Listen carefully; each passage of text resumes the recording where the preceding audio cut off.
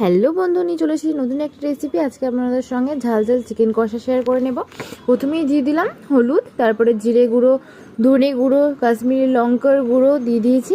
এবার দিয়ে দেবো আমি টক দই। আমি টক দইটা ফ্যাটাইনি, আগে থেকেই দিয়ে দিয়েছি। টক দইটা দিয়ে ভালো করে ম্যাগনেট করে রেখে দেবো। আর আমি তার আগে একটু ভালো করে মাখিয়ে নেব, যেন চিকেনের গায়ে মশলাগুলো লেগে যায়।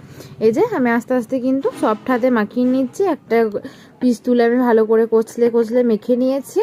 এবার মেখে নেওয়ার পর আমি এবার এটা ম্যাগনেট করতে দেবো মিনিমাম 30 মিনিটের মতো।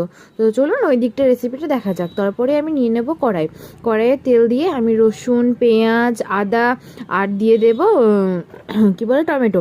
এইগুলোকে ভালো করে হালকা তেলে নেড়ে নেব। যারা ডায়েট করছেন এটা প্রপার তাদের জন্য। এবার ভালো করে সটে করে নিয়েছি। এবার তুলে নিয়ে আমি মিক্সিং জারে দিয়ে দেব।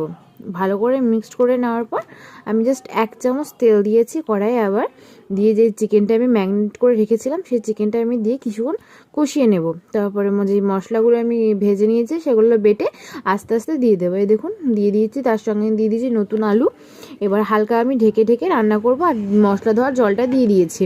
আমি প্রথমে খুব একটা হ্যাভি করে কষাইনি, হালকা করে কষিয়ে দেখুন কাশ্মীরি লঙ্কা দিয়ে নামিয়ে নিচ্ছি। ভালো লাগলে অবশ্যই লাইক কমেন্ট শেয়ার করে দেবেন বন্ধুরা।